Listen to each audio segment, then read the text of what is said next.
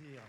Monsieur Labro, un grand merci. RTL est dignement représenté. Julien Lepers là-bas brille. Vous aussi. Je vous remercie vraiment d'être venu. Et puis, ma chère marraine.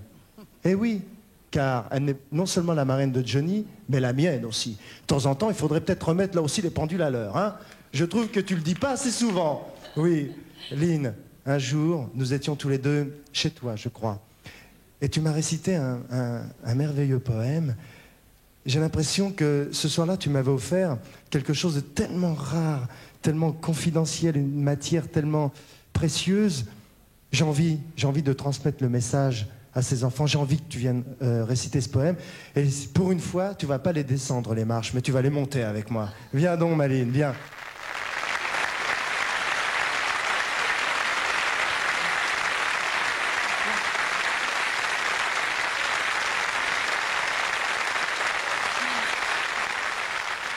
Vous savez, je n'ai pas... Viens près de moi, viens de l'autre côté. C'est mon bon profil, là. Oh, ça tombe bien, le mien aussi. Voilà.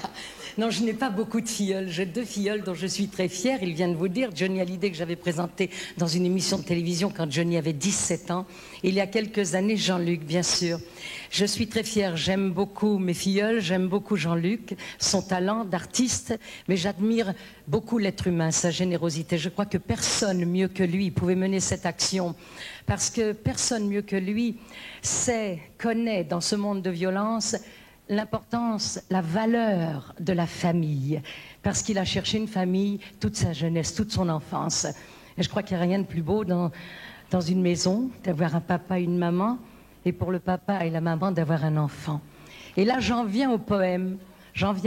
C'est une jeune femme qui, dans son courrier, m'a envoyé, dans mon courrier plus exactement, m'a envoyé ce poème. Il y a très très longtemps que je ne l'ai pas dit. Jean-Luc m'a demandé de le dire aujourd'hui. Je vais essayer de m'en rappeler. Au cas où je l'oublierai, je l'ai dans ma poche. Ça s'appelle Aurore.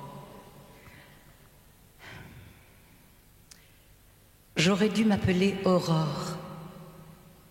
C'est un secret entre elle et moi. Elle, c'est la femme. C'est dans son corps que je vivais depuis 2 mois. Lui, c'est l'homme. Il est plus grand qu'elle. Il a des cheveux sur les bras. Oh, il n'est pas méchant avec elle, je crois qu'il ne la comprend pas. Elle l'appelle souvent chérie, mais ce n'est pas son vrai prénom. Moi, j'étais jalouse de lui. Son ventre à elle était si beau. Elle m'a gardée sans rien lui dire, un tout petit peu plus d'1 mois. Ses yeux, sa peau, son sourire, elle avait tout changé pour moi. Mais le 3 mai exactement, alors qu'il lisait son journal, Jean, je vais avoir un enfant, dit-elle avec un peu de mal. Il laissa tomber le journal et vint lui prendre les 2 mains. Moi, je trouvais qu'il était pâle et j'entendais son cœur de loin. Il la serra fort contre lui pour bien lui montrer qu'il l'aimait. Mais j'entendis ce qu'il lui dit. Elle disait simplement « Je sais ». Il était question de voiture, de loyer, d'appartement.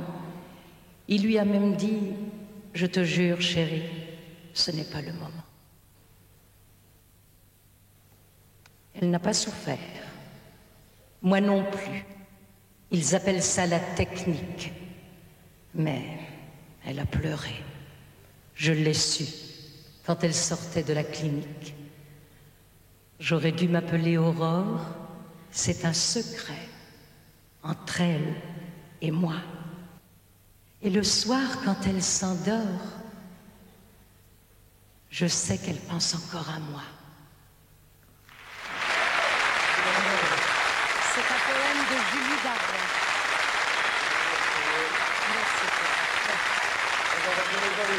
Il est dans la salle maintenant, merci 1000 fois. Merci Lynn, je suis très fier d'avoir une marraine comme toi. Moi, je suis très fière d'avoir un filleul comme toi. Et ton entreprise aura un énorme succès. Merci Valérie.